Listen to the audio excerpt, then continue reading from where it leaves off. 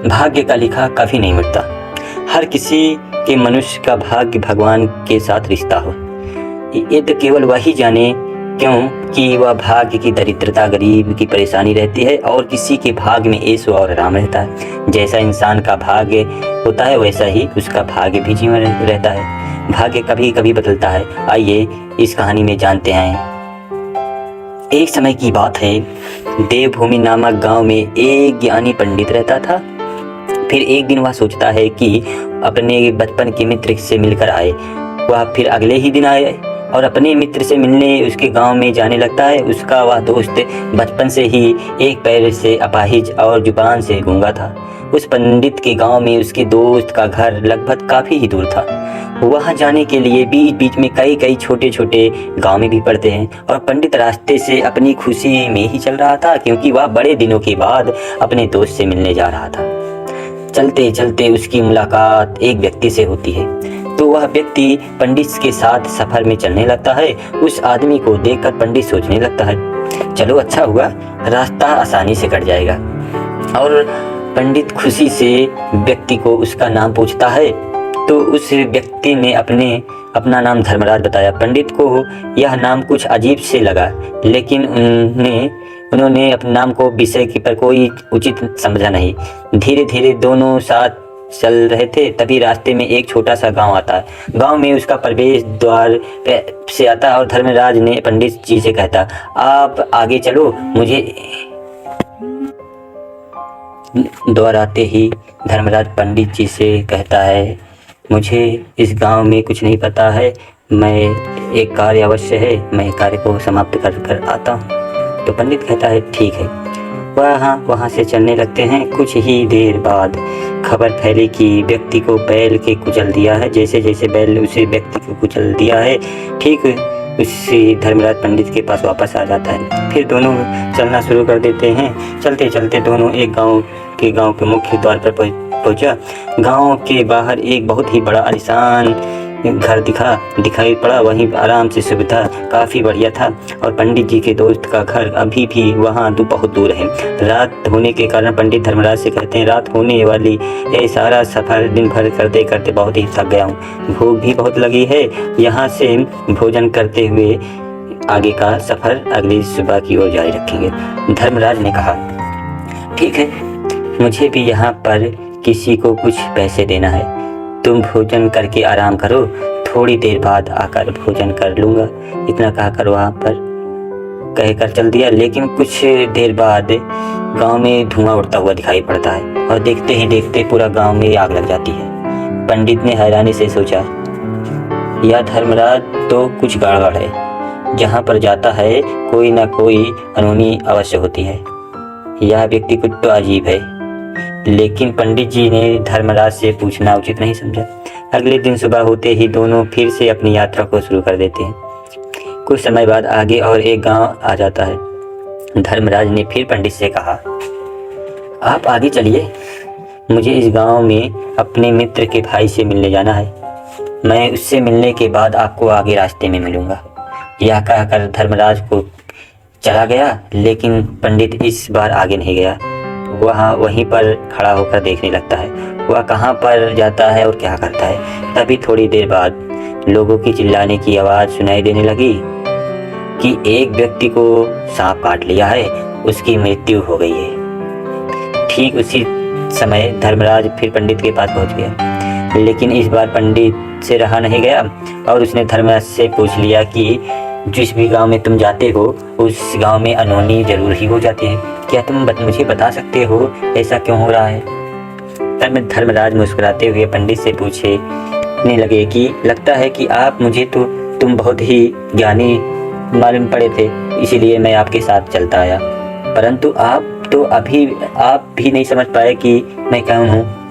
पंडित ने कहा, मुझे पहले ही शंका हुई कि कोई तुम आम व्यक्ति नहीं हो, अगर आप अभी अपना परिचय देते तो मुझे भी बहुत आसानी हो जाएगी। धर्मराज ने जवाब दिया कि मैं लोगों के प्राण हरने वाला यमदूत हूँ और यमराज की आज्ञा से लोगों के प्राण हरण करता हूँ जिसकी उम्र पूरी हो चुकी है। पंडित से पहले की बात यह शंका थी, फिर भी धर्मराज के मुँह से बातें सुनकर पंडित जी कुछ क्षण के लिए घबरा गए।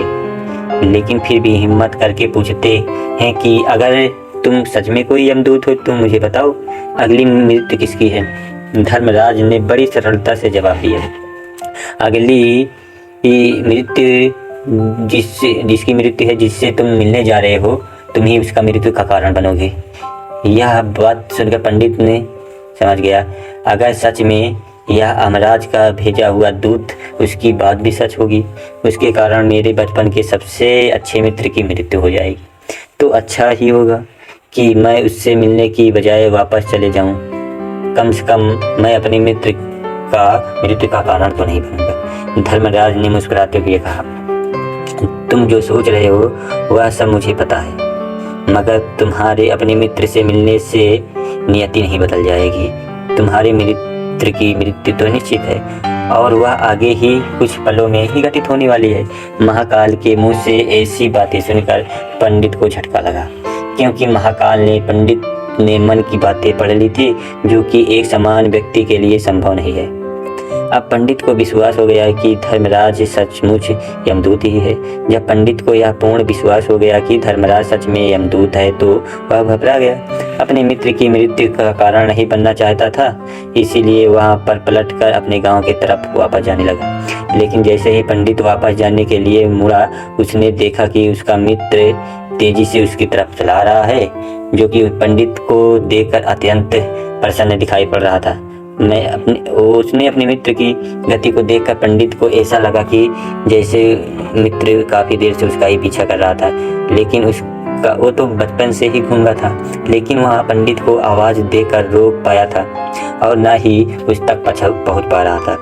लेकिन वह जैसे ही पंडित के पास पहुँचा, अचानक ही अपनी ज़मीन पर गिर पड़ा, उसकी मृत्यु हो गई। पंडित एकदम से हक्का बक्का हो गया, धर्मराज की ओर देखने लगा, जैसे कि वह पूछना चाह रहा हो, आखिर क्या हुआ? धर्मराज पंडित के मन में उठे हर प्रश्नों को समझ गया। बोला, तुम्हारे मित्र ने पिछले गांव में ही तुम्हें देख लिया था और मैं वहीं से तुम्हारा पीछा कर रहा था, लेकिन गूंगा और लंगड़ा होने की वजह से वह तुम तक नहीं पहुंच पाए। उसने अपनी पूरी ताकत लगाकर तुम तक पहुंचने का प्रयास किया, लेकिन बुढ़ापे में बचपन जैसी ताकत नहीं होती, इसलिए उसे दिल का दौरा पड़ गया और यही उसकी मृत्यु का कारण बन गया। वह तुमसे मिलने के लिए अपनी सीमाओं को तोड़कर तुम्हारे पीछे भाग रहा था, इसलिए अपने मित्र की मृत्यु का कारण तुम ही कहलाओगे। अब पंडित को पूर्णतः विश्वास हो गया कि धर्मराज यमदूत है और उसका कार्य जीवन का प्राण हरण करना है। लेकिन पंडित एक समझदार व्यक्ति था, वह यह भी जानता था कि मृत्यु पर किसी का वश नहीं है, सबको एक न एक दिन मरना ही है। यही सोचकर उसने अपने आप को संभाल लिया और अचानक पंडित के मन में अपनी मृत्यु के बारे में पूछने की इच्छा हुई और धर्मराज से पूछने लगा कि जब मृत्यु मेरे दोस्त की होनी थी तो तुम मेरे साथ क्यों चल रहे थे?